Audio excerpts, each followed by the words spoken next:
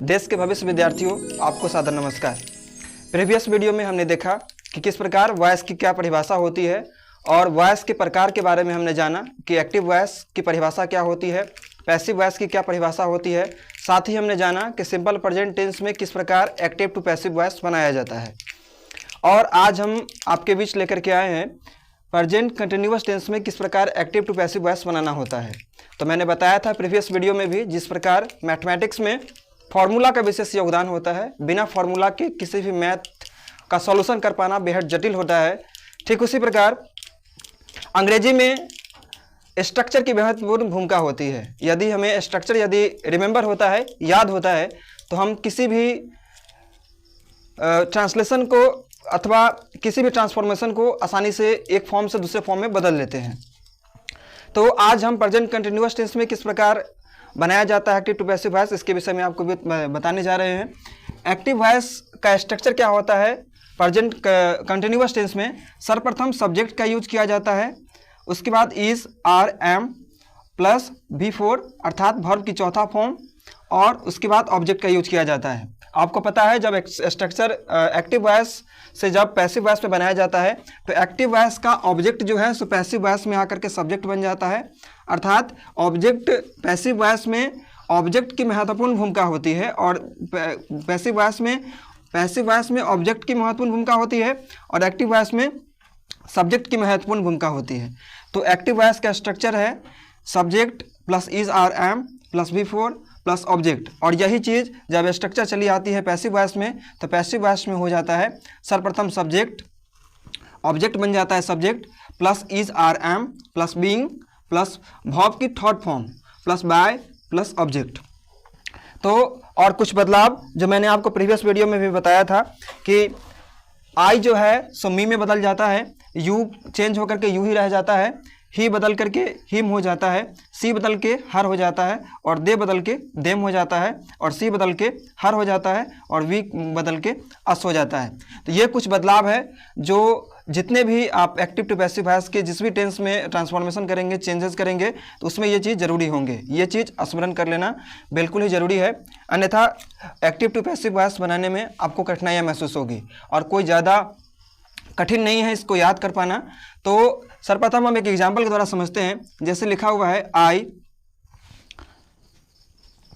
Speak English, I am simple present tense का tense लिखा गया था, आई एम स्पीकिंग इंग्लिश।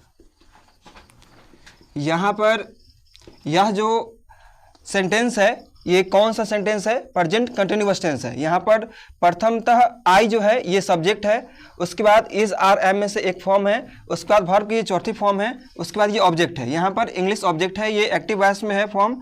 इसको जब हम पैसिव वॉइस बनाएंगे, पीवी मीन्स पैसिव वॉइस, जब इसको पैसिव वॉइस बनाएंगे तो यहाँ पर इंग्लिश जो ऑब्जेक्ट है वो यहाँ पर क्या बन जाएगा? सब्जेक्ट बन जाएगा। तो इसको हम क्या लिखेंगे? English is subject plus is, are, am. तो इंग्लिश एक सब्जेक्ट का नाम है, नाम के साथ इज का ही प्रयोग करेंगे तो इज हो गया। उसके बाद बीइंग का प्रयोग हम लोग करेंगे तो इंग्लिश इज बीइंग, और बीइंग के बाद वर्ब की थर्ड फॉर्म। तो यहाँ पर वर्ब कौन सा है? स्पीक वर्ब है, तो वर्ब की थर्ड फॉर्म क्या होगी? स्पीक की थर्ड फॉर्म होती है स्पोकन, तो स्पोकन हो गया। देन बाय का यूज हम करेंगे और ऑब्जेक्ट, तो यहाँ पर सब्जेक्ट जो है एक्टिव वॉइस का वो पैसिव वॉइस में आकर क्या बन जाएगा? ऑब्जेक्ट।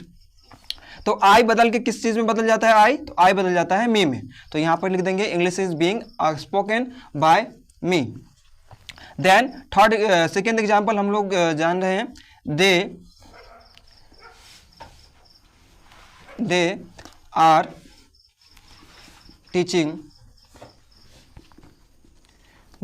टीचिंग इंग्लिश, वे लोग अंग्रेजी पढ़ा रहे हैं। तो यहाँ पर इंग्लिश ऑब्जेक्ट है, यहाँ पर इंग्लिश को हम यहाँ पर ले आएंगे, इंग्लिश हो गया।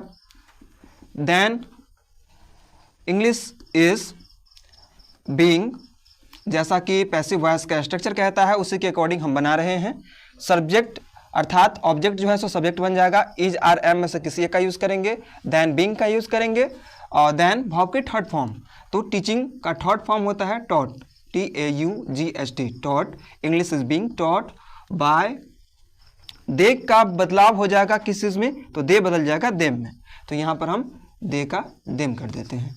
तो इस प्रकार ये सेंटेंसेस का ट्रांसफॉर्मेशन हो किया जाएगा।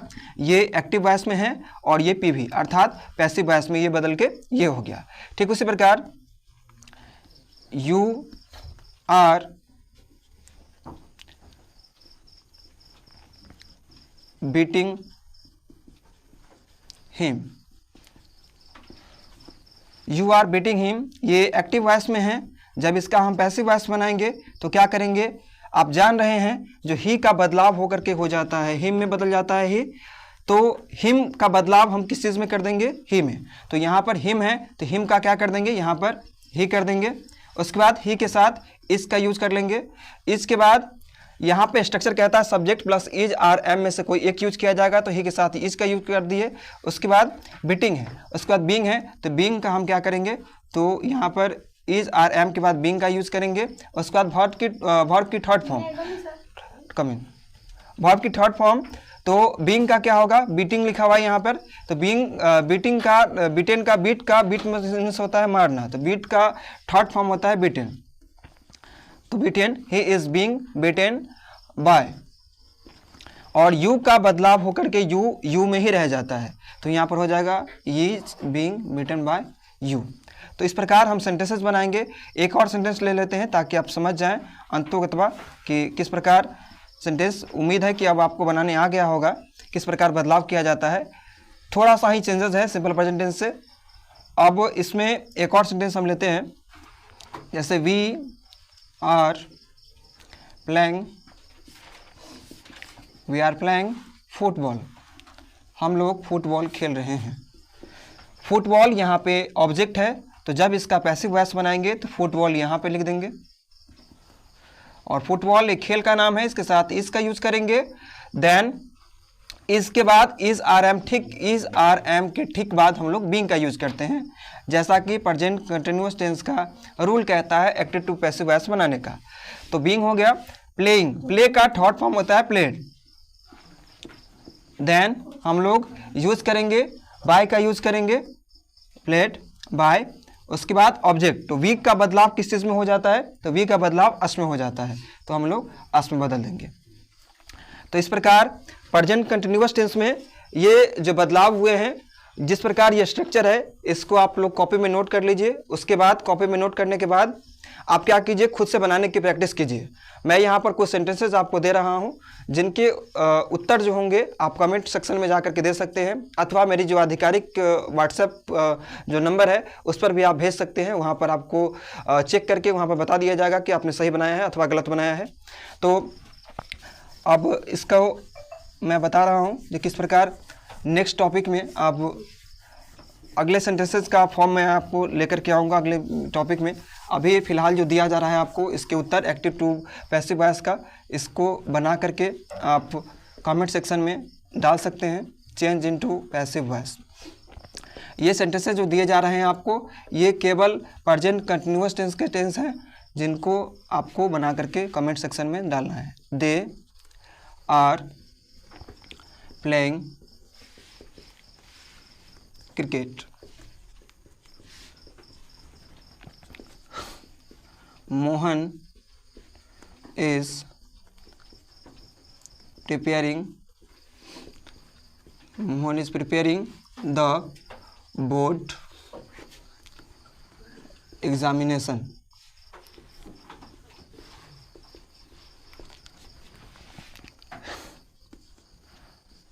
I am managing this office.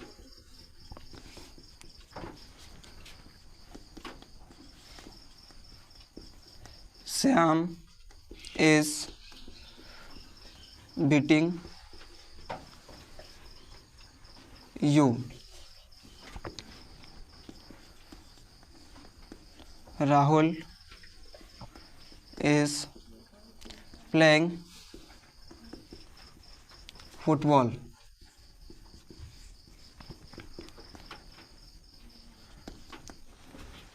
You are teaching me. I am reading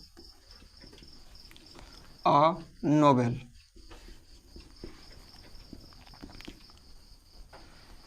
He is driving a car. She is driving a car. They are speaking English.